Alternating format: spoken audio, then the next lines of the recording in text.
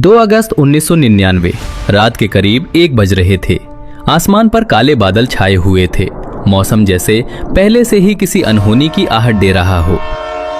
Waste Bengal का एक छोटा सा स्टेशन गैसल, जहां दिन में चाय की खुशबू, कुलियों की आवाज और ट्रेनों की सीटी गूंजती थी, उसी स्टेशन ने उस रात एक ऐसी खामोशी ओढ़ ली थी जो तूफान से पहले आती है।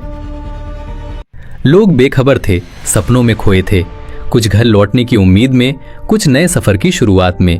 किसी को जरा भी अंदाजा नहीं था कि अगले कुछ ही पलों में यही स्टेशन भारत के रेलवे इतिहास के सबसे भयावह, रोंगटे खड़े कर देने वाले मंजर का गवाह बनने वाला है।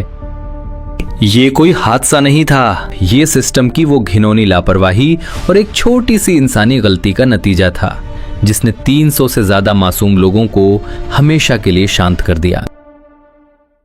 इस कहानी को समझने के लिए हमें हादसे वाली जगह से 19 किलोमीटर पीछे जाना होगा, किशनगंज स्टेशन पर। उस समय किशनगंज में पटरियों को डबलिंग करने का काम चल रहा था। स्टेशन की 4 में से 3 लाइनें मरम्मत के लिए बंद थीं, यानी 31 ट्रेनों का पूरा भार सिर्फ एक लाइन पर था। मरम्मत की वजह से पटरियों का ऑटोमेटिक सिस्टम यानी ट्रैक सर्किटिंग और इंटरलॉकिंग काम नहीं कर रहा था। इसका मतलब था कि सिग्नल ऑटोमेटिक नहीं थे, उन्हें मैनुअल तरीके से सेट करना पड़ता था। और यहीं पर एक इंसान से चूक हुई, एक ऐसी चूक जिसने तबाही का रास्ता खोल दिया। कहानी में 2 मुख्य किरदार थे, 2 लोहे के शैतान जो हजारों जिंदगियां अपने कंधों पर लेकर चल रहे थे।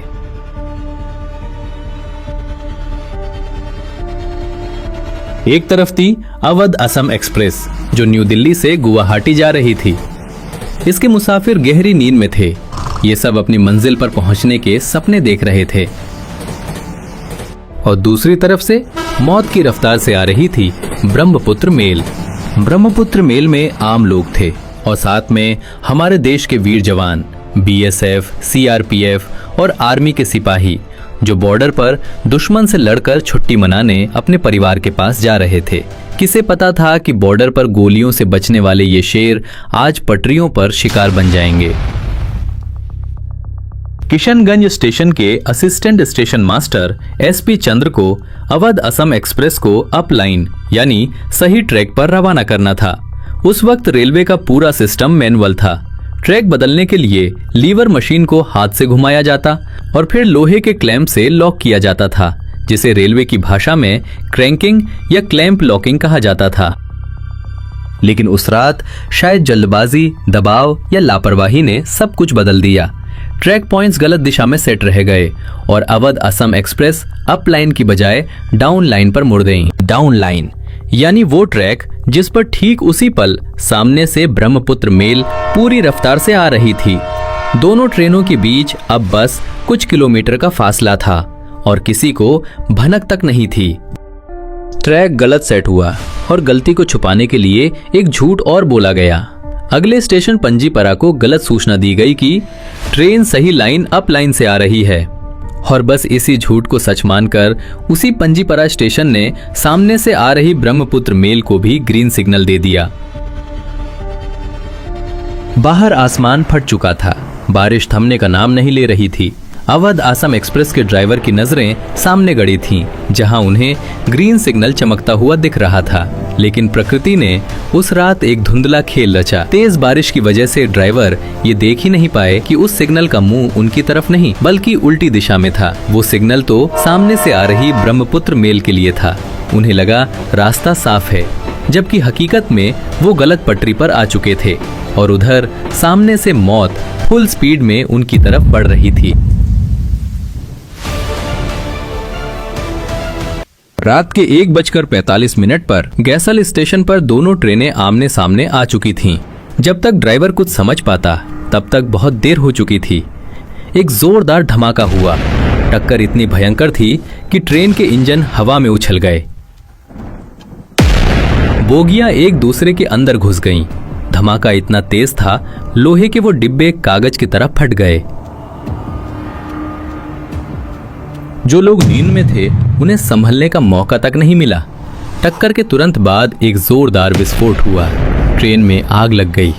जो लोग टक्कर से बचे थे वे आग की लपटों में घिर गए, जिसने बची खुची उम्मीदों को भी राख कर दिया। बचाव दल को पहुंचने में 14 घंटे लग गए। तब तक कई सांसें थम चुकी थीं। सुबह होते होते मंजर साफ हुआ। चारों तरफ सिर्फ मलबा और लाशें थीं। गैसल स्टेशन नहीं रहा था, वो एक शमशान बन चुका था।